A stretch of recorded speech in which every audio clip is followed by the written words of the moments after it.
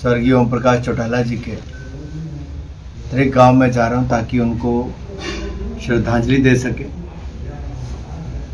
एक बड़े वरिष्ठ नेता थे, वर्षों तक उन्होंने अपनी सेवाएं हरियाणा राज्यों को दी और यही नहीं, हिमाचल से भी उनका एक बहुत गहरा रिश्ता है। मुझे आज भी याद है कि जहां प्रेम कुमार धूमल जी हिमाचल के मुख्यमंत्री थे और पंजाब में सरदार प्रकाश सिंह बादल जी और हरियाणा में श्री ओम प्रकाश चौटाला जी।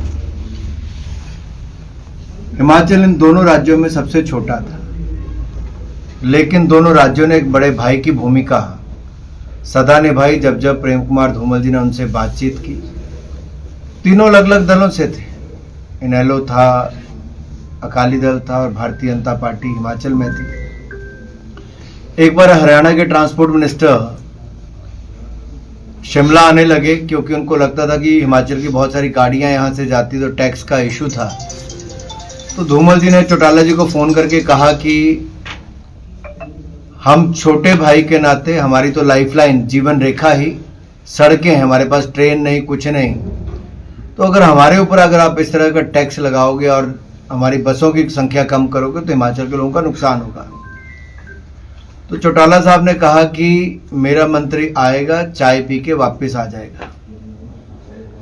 और वही उनके मंत्री आए, चाय पी के चले गए। उन्होंने हिमाचल पे कुछ नहीं किया, ना बसें कम की, ना टैक्स लगाया। दूसरा इंसिडेंट है, भाजपा की सरकार बनी थी, हमारे यहाँ टांडा मेडिकल कॉलेज बना, तो डॉक्टर्स की कमी थी और इंस्पेक्शन एमसीआई की होनी थी। तो सीनियर फैकल्टी के लिए धूमल जी ने एक बार फिर चौटाला जी को फोन किया कि भाई साहब एक दिक्कत है, हमारे सीनियर फैकल्टी नहीं है, तो इसलिए आपके यहाँ से डॉक्टर चाहिए। अगर आप हमें 2 डॉक्टर दे दें तो उसकी हमें फर्क पड़ेगा। चौटाला साहब ने कहा कि टाइम 4:45 हुए, 5 बजे तक ऑर्डर निकल जाएगा और डॉक्टर सुबह आपके यहाँ पहुंच जाएगा। और वही हुआ, 4:45 बजे थे, 5 बजे ऑर्डर निकल गया, अगले दिन सुबह डॉक्टर हमारे यहाँ पहुंच गए थे। ऐसी एक और घटना है, यहीं के बड़ा आपके फैक्ट्री है उनकी आगे बड़ी सड़क खुद गई थी, ट्रक बाहर आने जाने की समस्या थी। उनकी फैक्ट्री हिमाचल में भी थी, तो उन्होंने अनुरोध धूमल जी से किया कि मेरे वहां पे दिक्कत आ रही, अगर आप चौटाला जी से अनुरोध करेंगे। तो उन्होंने फिर अनुरोध किया, तो चौटाला जी ने कहा कि भाई साहब हो जाएगा, बिल्कुल कोई दिक्कत नहीं है। एक बड़े मन के व्यक्ति थे और काम करने में समय नहीं लगाते थे।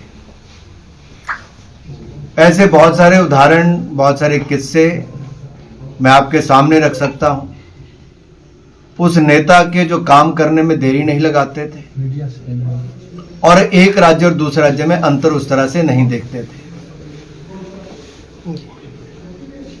तो उस दिवंगत आत्मा को श्रद्धांजलि देने के लिए आए हैं, जिन्होंने हिमाचल को भी अपना योगदान दिया है।